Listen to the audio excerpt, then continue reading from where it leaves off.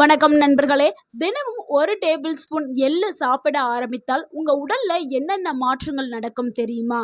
எள்ளு ஆயிரக்கணக்கான ஆண்டுகளாகவே இந்திய பாரம்பரிய உணவுல பயன்படுத்தப்பட்டு வரக்கூடிய ஒரு சூப்பரான உணவு. இது எலும்புகளை பலப்படுத்தும், இதயத்தை ஆரோக்கியமா வச்சுக்கிறோம், சர்மத்தை பளபளப்பாக்கும், முடிய ஸ்ட்ராங் ஆக்கும், உடலுக்கு தேவையான நல்ல கொழுப்புகள் முதல் புரதம் வரை எல்லாத்தையும் கொடுக்கக்கூடியது இந்த சிறிய எள்ளு. இந்த சிறிய எள்ளுல எண்ணற்ற ஏராளமான ஊட்டச்சத்துக்கள் இருக்கு. அது பலருக்குமே தெரியாது.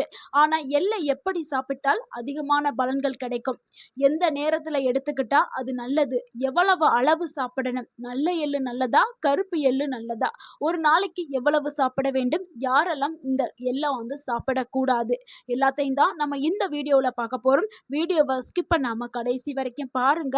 இந்த ஒரு வீடியோ உங்களுடைய ஆரோக்கியத்திற்கு மிகவும் பயனுள்ள ஒரு வீடியோவாக இருக்கும். உங்கள் ஆரோக்கியம் உங்கள் கையில் தான். எள்ளுல இருக்கக்கூடிய ஊட்டச்சத்து மதிப்புகளா பார்த்துடலாம். எள்ளுல புரதம், நல்ல கொழுப்புகள், நார்ச்சத்து, கால்சியம், மெக்னீசியம், இரும்புச்சத்து, phosphorus, zinc, copper, vitamin B complex, vitamin E, இது எல்லாமே இருக்குது. அது கூடவே சில ஆன்டி ஆக்சிடென்ட்டுகளும் இருக்குது. இது எல்லாம் சேர்ந்து தான் உடல்ல பல்வேறு உறுப்புகளை ஆரோக்கியமா வச்சுக்கிறதுக்கும், பல்வேறு நோய்களுடைய தாக்குதல இருந்து நம்மளை பாதுகாக்கிறதுக்கும் எள்ளு ஒரு சிறந்த உணவா. எள்ளு சாப்பிட்றதுனால உடல்ல ஏற்படக்கூடிய மாற்றங்களை பார்த்துடலாம். அதுல முதலாவது மாற்றம், எலும்புகளை வலுவா வச்சுக்கிறதுக்கு எள்ளு பயன்படுது.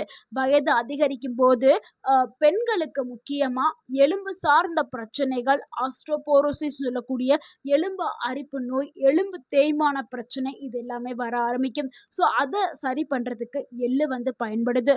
எள்ளை பயன்படுத்தினா மூட்டு வலி குறையும், முதுகு வலி குறையும், எலும்பு பலவீனம் சரியாக்கப்படும், எலும்புகள் வலுவாக்கப்படும். எள்ளுல கால்சியம் மற்றும் மெக்னீசியம் கனிமச்சத்துக்கள் இருக்கிறதுனால எலும்புகள் சார்ந்த பிரச்சனைகளை தடுக்கிறதுக்கு பயன்படுது. அதனால 40 வயதை எட்டின பெண்கள் கண்டிப்பாக எடுத்துக்கிறணும்.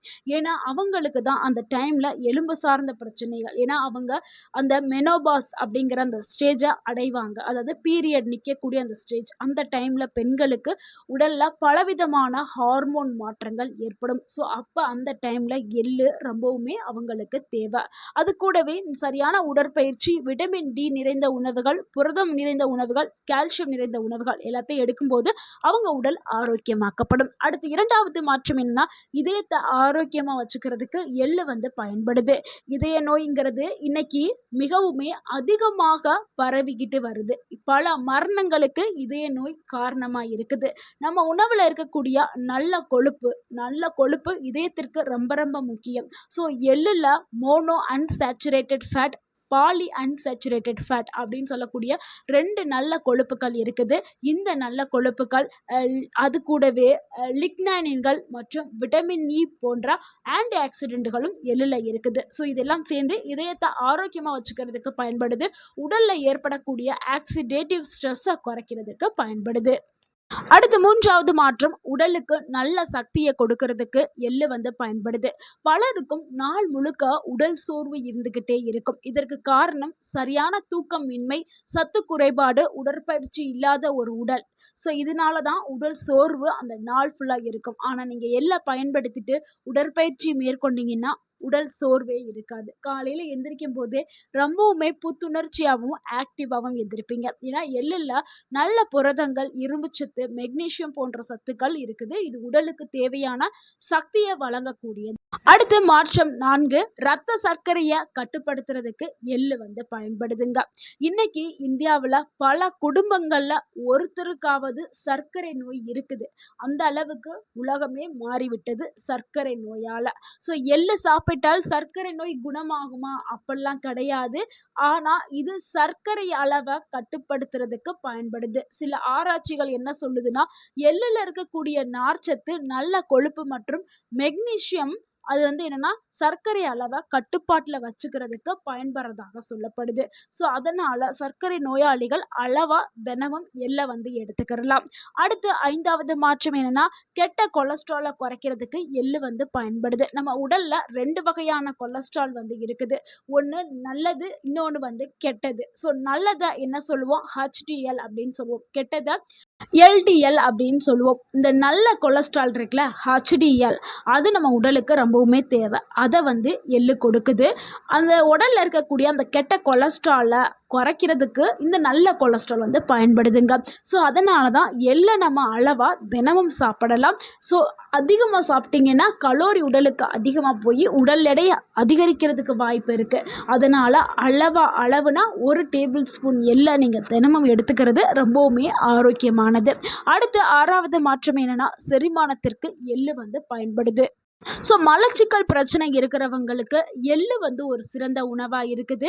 ஏன்னா இது குடலோடைய இயக்கத்தை சீராக வச்சுக்கிறதுக்கு பயன்படுது. அதில் நார்ச்சத்து அதிகமாக இருக்கிறதுனால. இது கூடவே நீங்கள் சேர்ந்து ஒரு நாளைக்கு தேவையான தண்ணி 2லேருந்து 3 லிட்டர் தண்ணி நீங்கள் குடிச்சிட்டு வந்தீங்கன்னா உங்களுடைய மலச்சிக்கல் சரியாக்கப்படும். அடுத்து 7வது மாற்றம் என்னென்னா, முடிய ஆரோக்கியமாக வச்சுக்கிறதுக்கு எள்ளு வந்து பயன்படுதுங்க.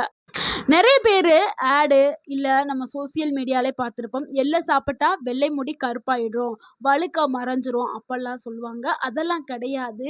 ஆனால் எள்ளில் இருக்கக்கூடிய சத்து, ஜிங்கு, காப்பர், விட்டமின் இ, நல்ல கொழுப்பு, புரதம், இந்த சத்துக்கள் ஆரோக்கியமான ஒரு உணவோடைய ஒரு பகுதியா நம்ம இந்த சத்துக்களை எடுத்துக்கிறம்போது, முடி ஆரோக்கியத்தை ஆதரிக்கிறதுக்கு அது பயன்படுது. முக்கியமா முடி உதிர்தலுக்கு காரணமா என்ன இருக்குது? ஊட்டச்சத்து குறைபாடு தான். ஸோ அந்த ஊட்டச்சத்தை குடுக்கறதுக்கு எள்ளு வந்து பயன்படுது.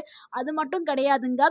சிலருக்கு வந்து முடி கொட்டுறதுக்கு சில காரணங்கள் இருக்கும். ஹார்மோன் மாற்றம், தைராய்டு பிரச்சனை, இரும்புச்சத்து குறைபாடு, மன அழுத்தம். ஸோ இந்த மாதிரியான மரபியல் காரணங்களும் நிறையா இருக்கும். ஆனா நம்மளுக்கு ஊட்டச்சத்து குறைபாடு அப்படின்னா எள்ள சாப்பிட்டோம். அடுத்து 8வது மாற்றம் என்னன்னா, சருமத்திற்கு நன்மையை கொடுக்கறதுக்கு எள்ளு பயன்படுது. நம்ம சரும ஆரோக்கியங்கிறது ரொம்ப ரொம்ப முக்கியம். ஏன்னா நிறைய பேர் சருமத்தை ஆரோக்கியமா வச்சுக்கணும்னு நினச்சிக்கிட்டு நிறைய கிரீம்ஸ்களை வாங்கி வெளியில அப்ளை பண்றாங்க. அப்படி அப்ளை பண்றதுனால நம்மளுடைய சருமம் ஆரோக்கியமாகாதுங்க. அது தீங்கு தான் ஏற்படும். ஆனா நம்ம இன்டேக்கா நம்ம உள்ளார நம்ம ஊட்டச்சத்துக்களை கொடுத்தோம்னா நம்மளுடைய சருமம் ஆரோக்கியமா இருக்கும். அது மாதிரி எள்ளு நம்ம எடுத்துக்கிற போது எள்ளுல இருக்கக்கூடிய ஆன்டி ஆக்சிடென்ட்டுகள், விட்டமின் இ செல்களை வந்து ஆக்சிடேட்டிவ் சேதத்திலிருந்து பாதுகாக்கும். இதனால நம்மளுடைய சருமம் ஆரோக்கியமாகவும் ஈரப்பதத்துடனும் ஒரு பொலிவான தோற்றத்தோடையும் காணப்படும். ஸோ எள்ளை எடுக்க எடுக்க நம்மளுக்கு வந்து என்ன ஆகும்? ஒரு பொலிவான ஒரு ஸ்கின் வந்து கிடைக்க ஆரம்பிக்கும். அடுத்து 9வது மாற்றம் என்னன்னா, ரத்த சோகை உள்ளவங்களுக்கு எள்ளு வந்து ஒரு சிறந்த உணவா இருக்குது. எள்ளுல வந்து இரும்புச்சத்து இருக்கிறதுனால இரும்புச்சத்து வந்து ஹீமோகுளோபினை வந்து இன்க்ரீஸ் பண்ணுது. அனிமியான்னு சொல்லக்கூடிய இந்த ரத்த சோகையை வந்து சரி பண்ணுறதுக்கு எள்ளு வந்து பயன்படுது. ஆனால் முழுமையான அந்த இரும்புச்சத்தை உடலால் உறிஞ்சப்பட முடியாது. ஸோ எள்ளு சாப்பிட்ட பிறகு நீங்கள் சிறிதளவு விட்டமின் சி நிறைந்த உணவுகளை எடுத்துக்கிறணும். எலுமிச்சை, நெல்லிக்காய், ஆரஞ்சு பழம், கொய்யாப்பழம் இந்த மாதிரி ஏதாவது எடுத்துக்கிட்டிங்கன்னா அதில் உள்ள இருக்கக்கூடிய இரும்புச்சத்தை உடலால் ஈஸியாக உறிஞ்சி கொள்ள முடியும். ஸோ அதனால தான் நம்ம எடுத்துக்க சொல்கிறோம். அடுத்து 10வது மாற்றம் என்னென்னா, நோய் எதிர்ப்பு சக்தி தாங்க. எள்ளுல இருக்கக்கூடிய zinc, copper, selenium, anti accident இது எல்லாமே சேர்ந்து உடலுக்கு நோய் எதிர்ப்பு மண்டலத்தை வலுவாக்குறதுக்கு பயன்படுது. ஸோ நீங்கள் தொடர்ந்து எடுத்துகிட்டே வந்தீங்கன்னா உங்களுடைய நோய் எதிர்ப்பு மண்டலம் வலுவாக்கி வெளியிலிருந்து வரக்கூடிய பாக்டீரியா, வைரஸ் போன்ற தொற்றுகளை எளிமையாக எதிர்த்து போராடும் தன்மை உடலுக்கு வந்து கிடைக்க ஆரம்பிக்கும். அடுத்து 11வது மாற்றம் என்னன்னா, பெண்களுக்கு கிடைக்கக்கூடிய நன்மைகள். பெண்களுடைய உடல் நலத்திற்கு ரொம்ப ரொம்ப தேவையானது பல ஊட்டச்சத்துக்கள். அந்த பல ஊட்டச்சத்துக்கள் என்ன இருக்குதுன்னா, எள்ளுல இருக்குது. கால்சியம், இரும்பு, மெக்னீசியம், காப்பர் இது எல்லாமே பெண்களுக்கு ரொம்ப ரொம்ப தேவை. முக்கியமா மாதவிடாய் காலத்திலையும் மெனோபாஸ் ஆன அந்த காலத்திலையும் கண்டிப்பா இந்த ஊட்டச்சத்துக்கள் தேவை. அதனால தான் மெனோபாஸ் ஆன பெண்கள், 40 வயதை எட்டின பெண்கள் கண்டிப்பாக எள்ளை எடுக்க சொல்றோம்.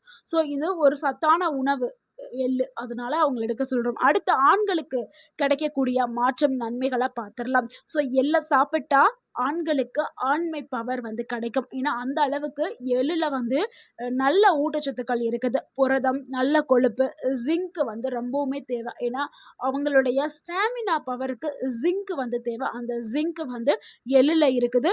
இது வந்து உடலுடைய ஒட்டுமொத்த ஆரோக்கியத்திற்குமே எள்ளு வந்து பயன்படுது. ஸோ எள்ளை வந்து அட்லீஸ்ட் வாரத்துக்கு ஒரு முறையாவது பயன்படுத்துங்க. ஸோ எள்ளை பயன்படுத்த முடியாதவர்கள் எள்ளிலிருந்து தயாரிக்கக்கூடிய நல்ல எண்ணெய் வகைகளை வந்து பயன்படுத்தி சமைக்க பாருங்க முடிஞ்ச அளவுக்கு. ஸோ எள்ள வந்து தினமும் நம்ம எள்ளு உருண்டையா எடுத்துக்கிறலாம், எள்ளு சட்னியா எடுத்துக்கிறலாம். அடுத்து வந்து எள்ள இரவுல ஊற வச்சு காலையில நீங்க வெறும் வயிற்றுல ஊறின எள்ள வாயில போட்டு நல்லா மென்று சாப்பிடலாம். எள்ள இளமா வறுத்து, அதாவது கருக விடாம வறுப்பா வறுத்து, எண்ணெயெல்லாம் ஊத்தாம வெறுமனவே வடச்சட்டியில போட்டு வறுத்து நீங்க அத பவுடர் பண்ணி வச்சுட்டு தினமும் நீங்க குடிக்கக்கூடிய பால்ல கலந்து குடிக்கலாம். இல்ல சாப்பாடுல போட்டு சாப்பிடலாம். ஸோ இந்த வடிவிலையும் நீங்க எடுத்துக்கலாம். ஆனா ஒரு நாளைக்கு 1 டேபிள் ஸ்பூன் எள்ளு மட்டும் தான் பயன்படுத்தணும். கருப்பு எள்ளு நல்லதா? வெள்ளை எள்ளு நல்லதா? அப்படின்னு நெறைய மக்களுக்கு டவுட் இருக்கும். 2 எள்ளுமே நல்லது தான். ஸோ உங்களுக்கு எந்த எள்ளு வந்து கிடைக்குதோ அந்த எள்ள வந்து பயன்படுத்துங்க.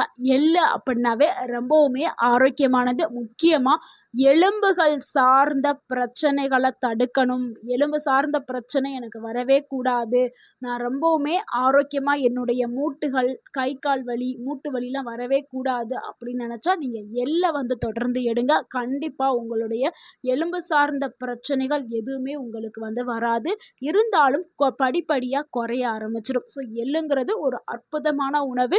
இன்னையிலிருந்து உங்களுடைய உணவுல வந்து எடுத்துக்கிறங்க. நம்ம சொன்ன மாதிரி அளவா பயன்படுத்துங்க. காலையில நீங்க எடுத்துக்கலாம். இல்ல மதியான வேளையிலும் எடுத்துக்கலாம். உங்களுடைய விருப்பம் தான். ஆனா அளவுங்கிறது ரொம்ப ரொம்ப முக்கியம். ஸோ அளவோடு எடுத்துக்கிட்டீங்கன்னா அது ஆரோக்கியத்தை கொடுக்கும். அளவுக்கு மீறினால் அது அமிர்தமா இருந்தாலும் நஞ்சாக்கப்படும். ஸோ அந்த பழமொழியை ஞாபகத்துல வச்சுட்டு அளவா பயன்படுத்துங்கள். ஆரோக்கியமாக இருங்கள். இந்த தகவல் உங்களுக்கு பயனுள்ளதா இருந்திருந்தா இந்த வீடியோக்கு ஒரு லைக் பண்ணுங்க. இந்த வீடியோவா உங்களுடைய ஃப்ரெண்ட்ஸ் அண்ட் ஃபேமிலிக்கு ஷேர் பண்ணுங்க. மறக்காம நம்ம சேனலை சப்ஸ்கிரைப் பண்ணுங்க, சப்போர்ட் பண்ணுங்க, கமெண்ட் பண்ணுங்க. தேங்க்யூ ஃபார் வாட்சிங் அண்ட் வாழ்க வளமுடன். உங்கள் ஆரோக்கியம் உங்கள் கையில் தான். நன்றி, வணக்கம்.